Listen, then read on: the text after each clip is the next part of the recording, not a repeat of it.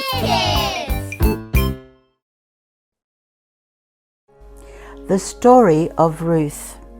Our story today is of a famous character in the Bible.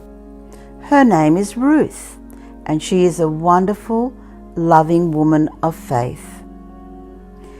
We are told in the book of Ruth, chapter 1, that an Israelite named Elimelech and his wife Naomi had 2 sons, Mahlon and Chilion, and lived in the town of Bethlehem in Judah. When the area was hit with a famine, they decided to leave to find food. They travelled to a nearby land of Moab and settled there to live. The Moabite people did not worship God, but their own idols. Sometime later, Elimelech died. The 2 sons grew up and married local Moabite women, Ruth and Orpah. Sadly, tragedy struck again. 10 years after the 2 sons had settled in Moab, Mahlon and Chilion both died. It left 3 widows, Naomi and her 2 young Moabite daughter-in-laws, Ruth and Orpah. When Naomi heard that the Lord had provided food for the people back in Bethlehem, she decided to return. The 3 widows packed up their belongings. Naomi then told her 2 daughters-in-law, "Go back to your own mother's homes. May the Lord show you the same kindness you have shown to your dead husbands and to me. May God help you find new husbands." Naomi kissed them goodbye, and they both wept. "We will go back with you to your people," they replied. "No, you must return home," Naomi insisted. "You can marry again." Naomi felt embittered and that God was against her. Orpah and Ruth wept again. Orpah kissed Naomi goodbye and returned home to her mother's house. Ruth, however, clung hold of Naomi and would not let her go. "Orpah has returned to her people and their gods," said Naomi. "Go back with her." "Don't urge me to leave you," Ruth replied. "Where you go, I will go. Where you stay, I will stay. Your people will be my people, and your God will be my God. Where you die, I will die." When Naomi realized that Ruth was determined to stay with her, they both set off on the road to Bethlehem. They arrived in Bethlehem just as the barley harvest was beginning. Their arrival caused quite a stir. Naomi's grief and suffering had changed her appearance so much that many did not recognize her. "Can this be Naomi?" people asked. "Don't call me Naomi," she insisted. "Call me Mara," which means bitter, because God has made my life bitter. I went away full, that the Lord has brought me back empty. The Lord has brought misfortune on me. After Naomi and Ruth arrived in Bethlehem, they needed food. "Let me go into the barley fields to pick up the leftover grain." The poor were allowed to pick up the grain that the harvesters had left on the ground. "Go ahead, my daughter," Naomi replied. Ruth went into the fields belonging to Boaz. Boaz was a relative of Naomi's dead husband, Elimelech. Later, Boaz arrived and greeted the harvesters. "The Lord be with you." "The Lord bless you."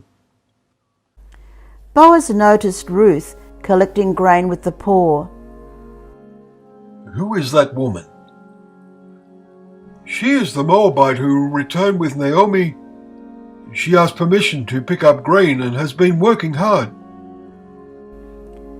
Boaz went across to Ruth. "Stay in these fields with the women who work for me. I have told the men not to lay a hand on you.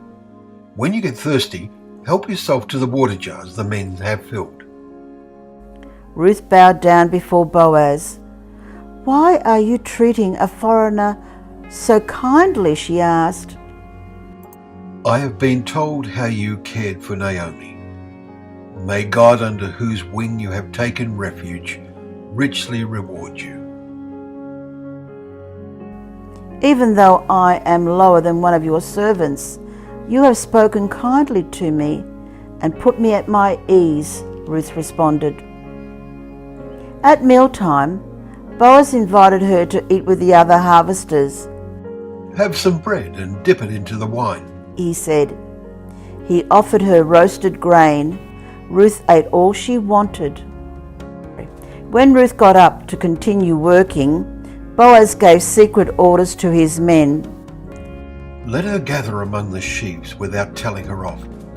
Even pull out some stalks from the bundles and drop them for her to gather.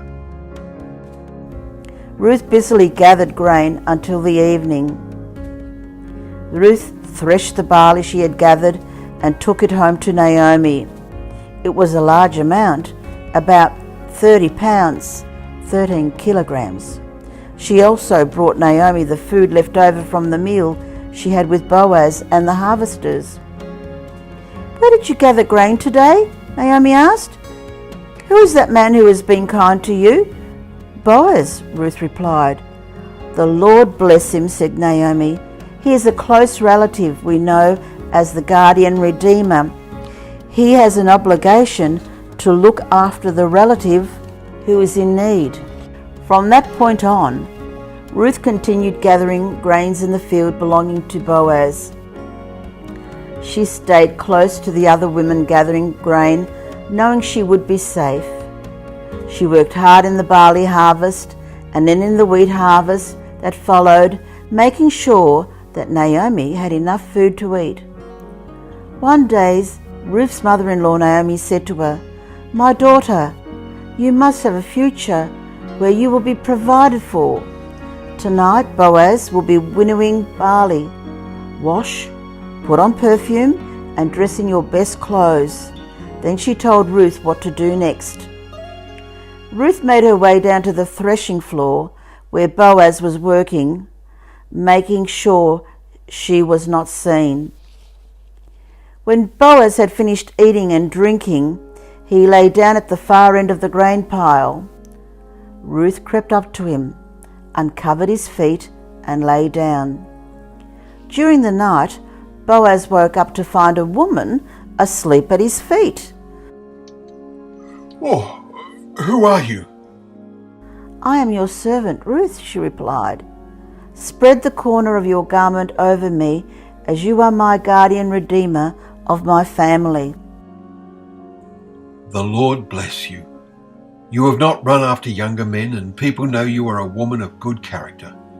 I am your guardian redeemer, but there is another person more closely related than I am. If he is not willing to redeem you, then I will. Ruth lay at his feet until morning. Boaz filled the shawl she was wearing with grain to take back to Naomi. Boaz went to the town gate where business deals were done. When he saw the guardian redeemer, who was more closely related to Naomi's former husband, he asked him to sit down with the 10 elders gathered as witnesses. Naomi is selling the land that belonged to our relative Elimelech. You have the first right to buy it, but if you do not want to, then I will. Oh, I will redeem it. One more thing, you must marry Ruth the Moabite, Naomi's daughter-in-law, on the day you redeem it. Oh, I cannot marry, as I already have a wife. Will you buy it, as I cannot? It was the custom to seal a deal on buying property by one party taking off a sandal and giving it to the other. The guardian redeemer, who had first choice on the land, took off his sandal and gave it to Boaz. Boaz made an announcement to the elders and those gathered. Today I have bought from Naomi the property of Elimelech, and his sons Mahlon and Chilion. I have also acquired Ruth the Moabite as my wife. You are my witnesses." So Boaz married Ruth, and the Lord blessed them with a son. Women told Naomi, "Praise the Lord, he has looked after you in your old age. Ruth loves you and is better to you than 7 sons."